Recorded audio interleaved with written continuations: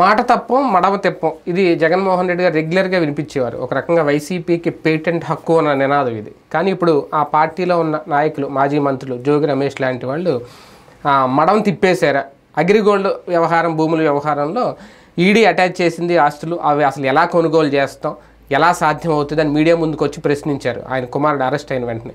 కానీ ఇప్పుడు అందరూ కొన్నట్టుగానే మేము కొన్నాం, అందరూ కొన్నట్టుగానే మేము చేసి ఇందులో తప్పే ఉంది అని మాట్లాడడం. ఒక రకంగా కొంతమంది నాయకులు అంటే ఇప్పుడు అధికారం కోల్పోయిన తర్వాత అప్పుడు జరిగిన వాటి బయటకు వస్తూ ఉంటే జగన్మోహన్ రెడ్డి గారు పరువు తీస్తున్నారని అనుకోవాలా, లేదంటే అప్పుడు అధికారంలో ఉండి చేయాల్సిన తప్పులు చేసేసి వాటిని కప్పుపుచ్చుకునే ప్రయత్నాలు ఇప్పుడు జరుగుతున్నాయి? ఇదే అంశం మీద చర్చించే ప్రయత్నం చేద్దాం. సార్, జోగి రమేష్ వ్యాఖ్యలను ఎలా చూడాలి? జరిగిన తప్పు మొన్నటి వరకు ఆయన రాజీవ్ అరెస్ట్ అయిన వెంటనే ఆ రోజు అన్న మాటలు ఇప్పటికీ కూడా అసలు ఎలా అవుతుంది, ఎలా సాధ్యం అవుతుంది, అది ఈడీ అటాచ్ చేసింది కదా, ఎలా కొనుగోలు చేస్తారని. కానీ సీన్ కట్ చేస్తే అప్పుడు ఆయన కూడా అన్నాడు, వెనక్కుతారు రాజీవ్ కూడా, అందరూ చేసినట్టే మేము చేసాం, కొండ వాళ్ళ ఏంటిది ఈనాడులో వేలం ప్రకటన వచ్చింది, మేము కూడా ప్రకటన వేసాము. ఒక రకంగా ఆయన ఒప్పుకున్నాడు, ఈయన ఒప్పుకోలేదు. ఎలా చూడాలి?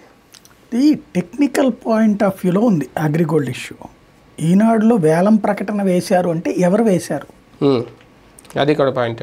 బ్యాంకు వాడేమన్నా వేస్తారు వేలం అంటే? ఫర్ ఎగ్జాంపుల్ అగ్రిగోల్డ్కి ఎవడన్నా లోన్ ఇచ్చి బ్యాంకోడు, కానీ అప్పుడు కొన్ని ఆస్తులు అగ్రిగోల్డ్ ఆస్తులు వేలం వేశారు కదా అప్పుడు లాస్ట్ టైం. అదే అనేది అట్లేమన్నా కొంటే గనక అసలు ఈ కేసే ఉండదు వేలం వేయడం అంటే. రెండవది ఏంటంటే కొన్ని ఈడీ అటాచ్ చెయ్యకుండా వదిలేసినవి ఉన్నాయి. ఈడీ అటాచ్ చేయకుండా ఉన్న వాటిని వేలం వేశారు. అవి ఇలాంటి వాళ్ళు కొనుక్కున్నారు. అయితే అదైతే కాకపోవచ్చు, ఎందుకంటే ఇక్కడ ఈడీ అనే పదమే వాడుతున్నారు. ఈడీ అటాచ్ చేసిన భూమినే ఇప్పుడు ఇందులో మెన్షన్ చేసి, ఇందులో రెండు ఉన్నాయి. సిఐడి అటాచ్ చేసిందంతా ఈడీ అటాచ్ చేసింది.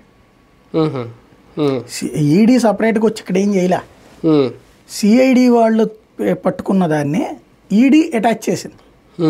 ఇక్కడ విషయం ఏంటంటే ఇందులో నాకు నవ్వొచ్చిన పాయింట్ అలా, దొంగ కేసు పెడితే డబ్బులు ఇచ్చినోడు అరెస్ట్ అయ్యాడు. ఎవరు దొంగ? అగ్రిగోల్డ్ చైర్మన్. అవును, పెట్టింది కేసు అతను. జనాలు దోచేశారు కాబట్టి అప్పుడు ఆయన దొంగ. అతను జైల్లో ఉండి వచ్చినోడు కేసు పెట్టాడు.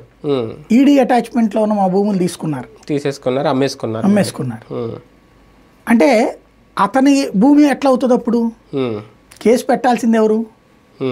ఈడీ పెట్టాలి, లేదా సిఐడి పెట్టాలా?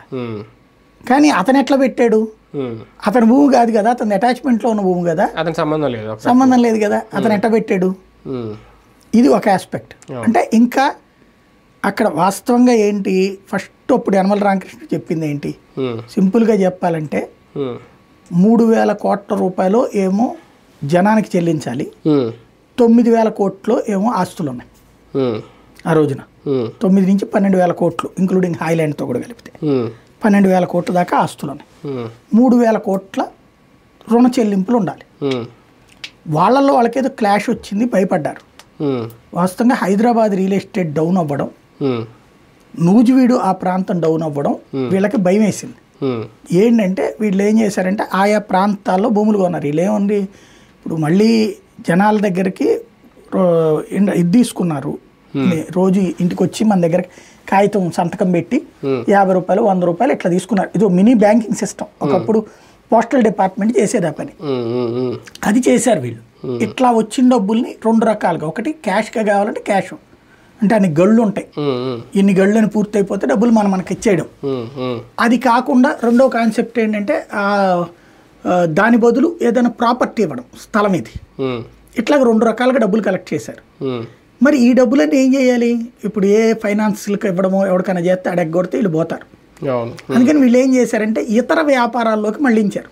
వ్యవసాయం చేయటం, పరిశ్రమలు, అగ్రిగోల్డ్కి సంబంధించిన ప్రొడక్ట్స్ చేశారు కదా అప్పుడు, వాటిట్ల మీద చేశారు. కానీ వాటిట్లో ఎంత లాభం వస్తుంది? ఇప్పుడు ఎట్లా అయిపోద్ది అంటే మంది ఎక్కువైతే మజ్జిగ బాల్సిన అయిపోతుంది. డబ్బులు ఉన్నాయి ప్లస్ ఎంతమంది డైరెక్టర్లు అయ్యేటప్పటికి ఎవడు కూడా ఆడి బంధువు ఈడి బంధువు ఇట్లా తెచ్చేసి పెట్టేశారు.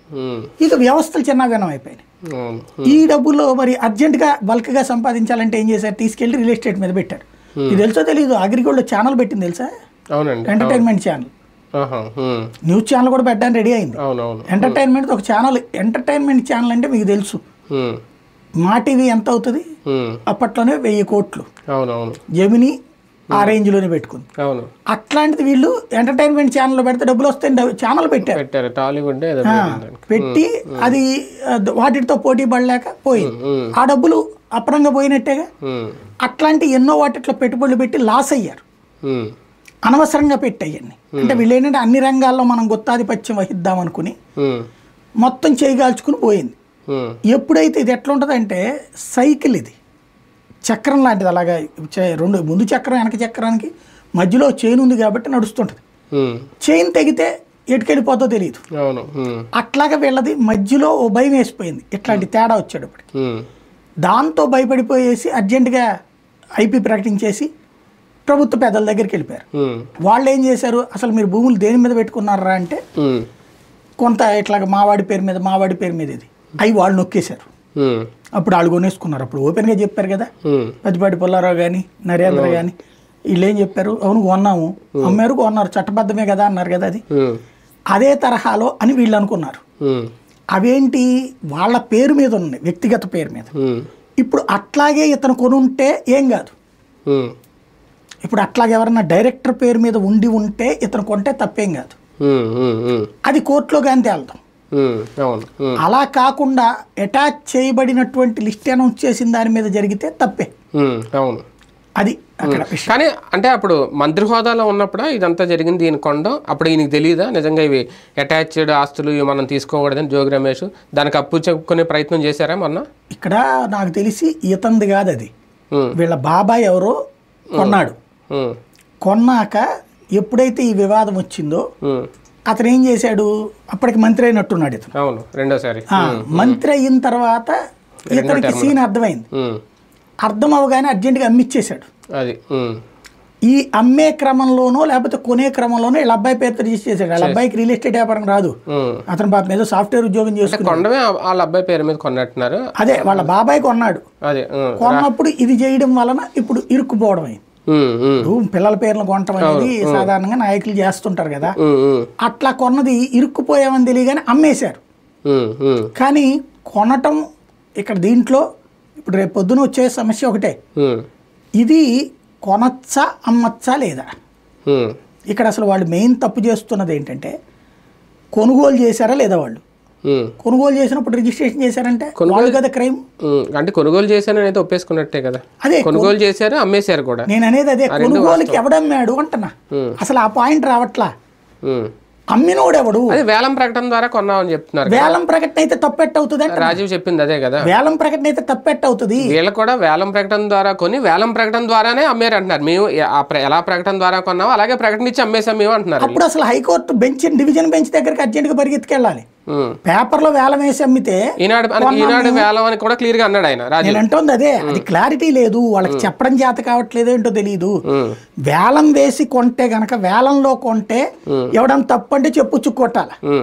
అలా కాకుండా వ్యక్తిగా రిజిస్ట్రేషన్ చేసుకుంటే తప్పు. వేలంలో కొంటే తప్పే కాదు. ఎవడు అసలు వేలం వేశాడు అవన్నీ బయటికి చెప్పట్లేదు కదా వాళ్ళు. అదే కదా, వేలం వేసింది ఎవరు అంటే వేలాలు ఎవరు వేస్తారు సాధారణంగా బ్యాంకులు వేస్తాయి.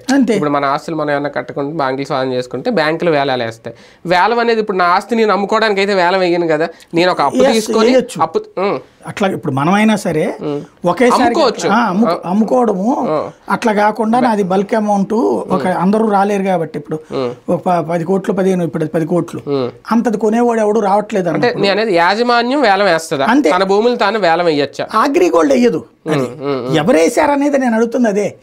అసలు ఎవరేసారు వాళ్ళు చెప్పాలి కదా. జోగి రమేష్ నోరు మీద పట్ల అది నా దగ్గర డాక్యుమెంట్లు ఉన్నాయంటాడు, అర్థమయ్యేలా చెప్పడు. ఇప్పుడు ఫస్ట్ కొనలేదన్నాడు అంటే అసైన్ ఇదే దాని పేరు ఏంటి, అటాచ్ చేస్తున్నాడు. తర్వాత వేలంలో కొన్నాం అంటాడు. వేలం వేసింది ఎవరు, కొన్నది ఎవరు, ఎందుకు కొన్నారు? వేలం వేస్తే కొనటం తప్పు కాదు, అదేదో చూపించమనండి. ఈడీ అయితే వేలం వేయదు కదా, ఏది అగ్రిగోల్డ్ తమ అప్పుల గురించే వేయాలి. అగ్రిగోల్డ్ ఈడీ అటాచ్లో ఉన్నప్పుడు అది వేయడానికి వీల్లేదు. కాబట్టి ఎవరు వేశారు అది తేలాలి.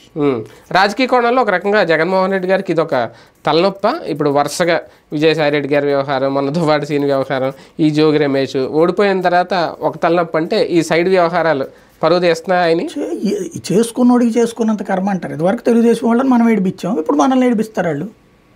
అంతే. ఇప్పుడు నువ్వు వాళ్ళని గిల్లావు, అదే పుట్టలో పేయలేడితే కుట్టన అంటారు కదా, వాళ్ళు వీళ్ళు కొడుతున్నారు అంతే. ఇక్కడ ఇప్పుడు వీళ్ళకి వెళ్తే గిల్లించుకోవాలి ఇంకా అంతే. 2 ఏళ్ళు. రైట్, చూద్దాం. జోగి రమేష్ వ్యవహారంలో మరి నిజాలు బయటకు వచ్చినాయని అనుకోవాలా, లేదంటే టెక్నికల్గా కొన్ని డౌట్స్ అయితే రేజ్ అవుతున్నాయి, అవి వాళ్ళే క్లారిటీ ఇస్తే బెటర్. జోగి రమేష్ బయటకు వచ్చి అసలు ఆయన ఏ వేలం ద్వారా కొన్నారు, ఎలా కొన్నారు ఏంటనేది, లేకపోతే ఇంకా పార్టీ పరువు తీసుకున్నట్టు, లేదంటే ఆయన అధికారంలో ఉన్నప్పుడు ఎన్నైనా చేయొచ్చా, ఇప్పుడు తెలుగుదేశం పార్టీ చేసే ట్రోల్స్ అవే, మరి దీనికి క్లారిటీ ఇచ్చుకుంటే బెటర్ ఏమో.